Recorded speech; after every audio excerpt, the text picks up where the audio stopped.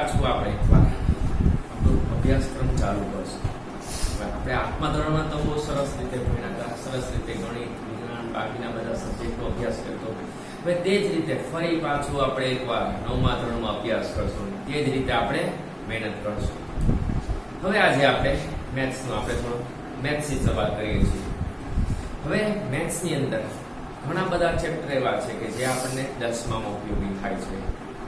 જેમ કે આપણને ઘનફળ, ક્ષેત્રફળ છે, સંભાવના છે, દ્વિઘાત સમીકરણ છે. ઘણા બધા એવા ચેપ્ટર છે કે જેનો આપણે 10મામાં ફરી પાછો ઉપયોગ કરવાનો હશે. આવા જે ચેપ્ટર આપણને જે આવશે એનો સૌપ્રથમ આપણે એનો પહેલો અભ્યાસ કરશું, એના ઉપર પૂરેપૂરી મહેનત કરશું, જેથી આપણને 10મામાં કોઈ પણ જાતની તકલીફ પડે નહીં. તો આજે આપણે 9મા ધોરણની અંદર સારા ચેપ્ટરથી શરૂઆત કરશે કે જે તમને ભણવાની મજા આવે. તો તે આપણું 12મું ચેપ્ટર હેરોનનું સૂત્ર છે. બરાબર છે? તો આપણે હેરોનના સૂત્ર વિશે અભ્યાસ ચાલુ કરીએ. હવે આપણે નીચલા ધોરણમાં ક્ષેત્રફળ વિશે અભ્યાસ કર્યો હતો. જેમ કે આપણે લંબચોરસ હોય, જો લંબચોરસનું આપણે ક્ષેત્રફળ ગોતવું હોય તો આપણે સૂત્ર શું લઈએ છીએ?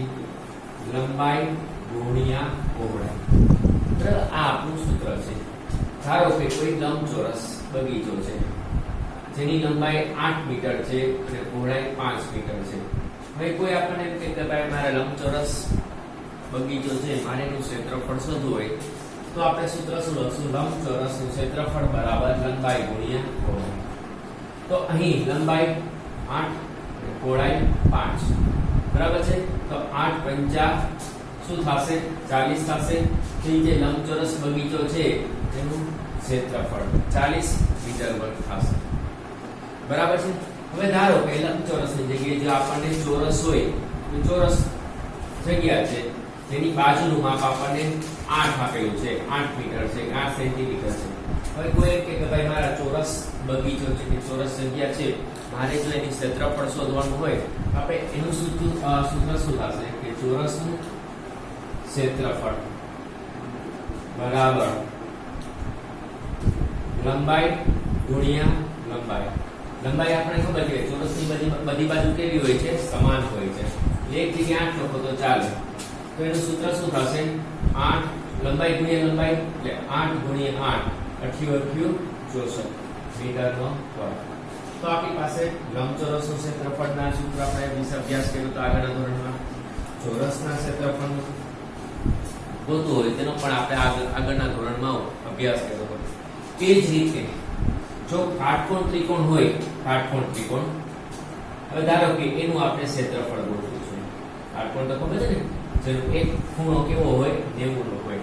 ધારો કે આ કાટકોણ ત્રિકોણ છે જેની 3 બાજુ AB, BC અને AC છે.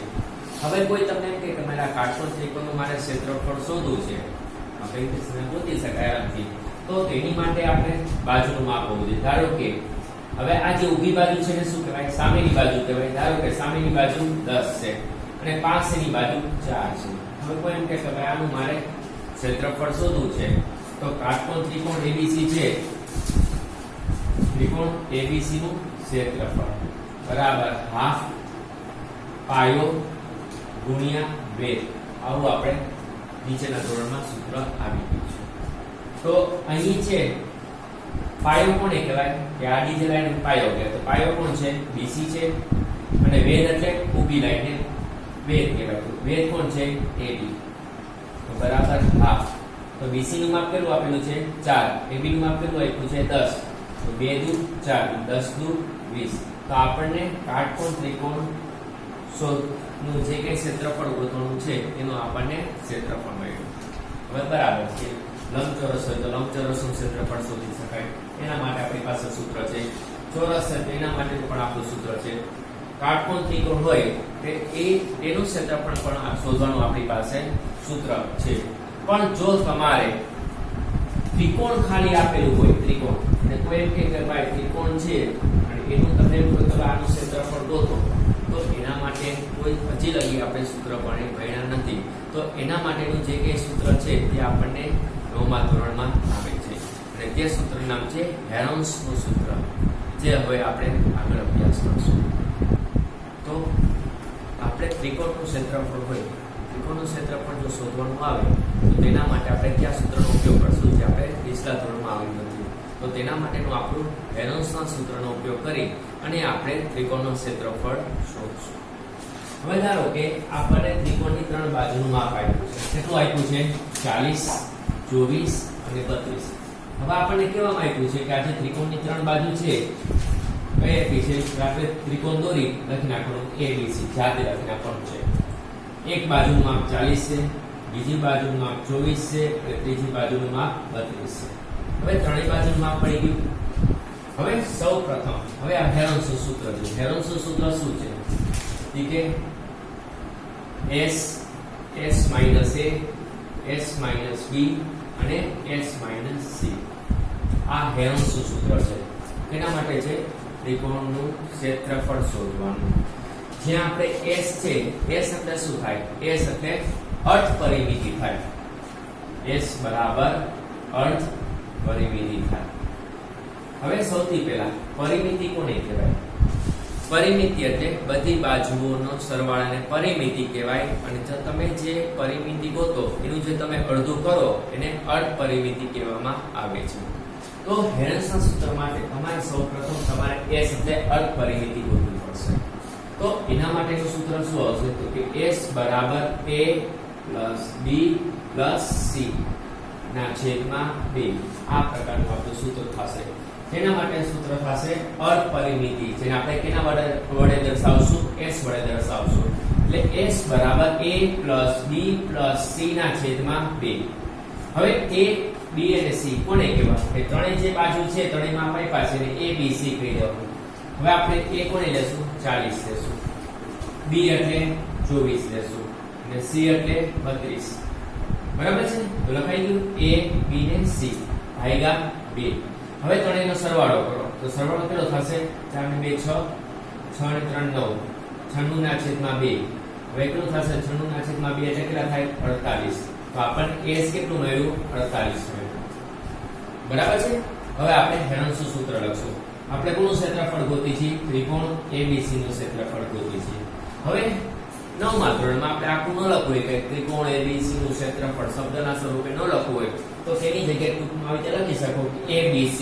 આનો મતલબ શું થાય? કે ત્રિકોણ ABC નું તમે ક્ષેત્રફળ છે એવું તમે દર્શાવવા માંગો છો. એટલે ABC બરાબર સૂત્ર આપો S S minus A S minus B અને S minus C. આ આપણું હેરોન્સનું સૂત્ર છે. હવે આપણે કિંમત લખીએ તેની અંદર. હવે S આપણું કેટલું છે? 48. એને આપણે અર્ધ પરિમિતિ કહેવાય. બરાબર? S એટલે 48. 48 minus A એટલે કોણ શું લીધું છે આપણે? 40. અને ફરી પાછું S minus B એટલે 48 minus B. B ની કિંમત આપણે કેટલી દર્શાવી છે? 24. ત્રીજું S minus C. C એટલે આપણે કેટલા લીધા છે? 32. વર્ગમૂળમાં લખવાનું છે એટલે 48 ગુણ્યા 48 માંથી 40 છે તો કેટલા બચશે? 8 ગુણ્યા 48 માંથી 24 છે તો કેટલા બચશે? 24. 48 માંથી 32 છે તો કેટલા બચશે? 16. બરાબર છે? તેથી ABC. તો 48 ગુણ્યા 8 ગુણ્યા 24 ગુણ્યા 16. હવે આ જે વર્ગમૂળ આપણને જે કિંમત મળી છે એનું આપણે ગુસા કાઢવાનું રહેશે. તો સૌપ્રથમ આપણે આ 48 નો ગુસા કાઢીએ. એટલે 48 24 ના અડધા કેટલા થશે? 24 થશે. 24 ના અડધા 12, 12 ના અડધા 6, 6 ના અડધા 3, 3 * 3. એટલે 48 નો ગુસા આપણને શું મળ્યો છે? ઈ આપણે લખી નાખવાનું. તો 2 ગુણ્યા 2 ગુણ્યા 2 ગુણ્યા 2 ગુણ્યા 3 એટલે 48 ની જગ્યાએ આપણે લખી નાખવાનું. 2 દુ 4, 4 દુ 8, 8 દુ 16, 16 તેરી 48. તે જ રીતે હવે કોનો વાર આવ્યો? 8 નો વાર આવ્યો. 8 નો ગુસા કાઢો. 2 ચોક 2 દુ 2 2 એટલે જવાબ શું આવ્યો? 2 દુ 4, 4 દુ 8 લખી નાખવાનું. 2 ગુણ્યા 2 ગુણ્યા 2. એ જ રીતે હવે આપણે 24 નો લસા કાઢવાનો છે. 24 નો લસા 24 ના અડધા 12 ના અડધા 6 6 ના અડધા 3 3 ને 2 3 એટલે આપણે જોવા મળ્યો 2 ગુણ્યા 2 ગુણ્યા 2 ગુણ્યા 3. હવે છેલ્લે કોણ બચ્યું છે 16.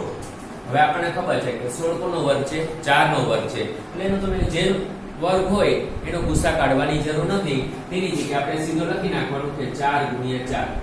યાદ રાખજો જો કોઈ સંખ્યા કોઈનો વર્ગ હોય એની અંદર તમે ગુસા ન કાઢો અને એની જગ્યાએ સીધો જેનો વર્ગ હોય એ લખી નાખો. જેમ કે 16 છે તો 4 ગુણ્યા 4 લખી શકો. 25 હોય તો 5 ગુણ્યા 5. 64 હોય તો 8 ગુણ્યા 8. એમાં તમે ગુસા ન કાઢો તો ચાલશે. હવે આપણને મળી ગઈ બરાબર બધી સંખ્યાને આપણે ગુસા કાઢી નથી સંખ્યા લખી નાખી છે. હવે તમારે આની અંદર જોડ બનાવવાની છે તો આપણે જોડ બનાવતા રહીએ. સૌથી પહેલા 2 2 ની જોડ બનાવશું અને બ્રેકેટમાં લખી નાખવાનું 2 ગુણ્યા 2 પહેલી જોડ. પછી આ બે ની જોડ બને છે એના માટે લખી નાખવાનું 2 ગુણ્યા 2. પછી આ બે જોડ બનાવે છે એના માટે 2 ગુણ્યા 2. આની જોડ બને છે 2 ગુણ્યા 2. આ બને તો 2 ગુણ્યા 2 બ્રેકેટમાં લખતું જવાનું છે. પછી આ 3 છે 3 ની પણ જોડ બને છે તો 3 ગુણ્યા 3. છેલ્લે કોણ છે 4 ગુણ્યા 4. બરાબર બધી વસ્તુ જોડ બનાવે છે. આ રીતે બ્રેકેટમાં લખી નાખ્યું 2 ગુણ્યા 2 ફરી પાછા 2 ગુણ્યા 2 બરાબર આવી રીતે લખી નાખ્યું. હવે જ્યારે બધી જે સંખ્યા જોડમાં હોય માથે વર્ગમૂળ છે. હવે તમારે જો વર્ગમૂળ કાઢવું હોય તો જોડમાંથી એક વખત જ લખવાનું રહેશે. જેમ કે આ 2 ગુણ્યા 2 છે તેના માટે તમારે 2 લખવાનું. અહીંયા 2 ગુણ્યા 2 છે તો એક વખત 2 લખો. આના માટે 2 લખો 2 પછી 2 ગુણ્યા 3 ગુણ્યા 4 એટલે આપણું વર્ગમૂળ જતું રહેશે. હવે તમારે ખાલી સામાન્ય ગુણાકાર કરવાનો રહેશે. 2 દુ 4 4 દુ 8 8 દુ 16 16 દુ 32 32 તેરી એટલા થશે 96 96 ગુણ્યા 4 કરી નાખો. 96 ગુણ્યા 4 4 6 9 34 ને 38 384 સેમીનો વર્ગ. આ આપણા ત્રિકોણ ABC નું ક્ષેત્રફળ થશે.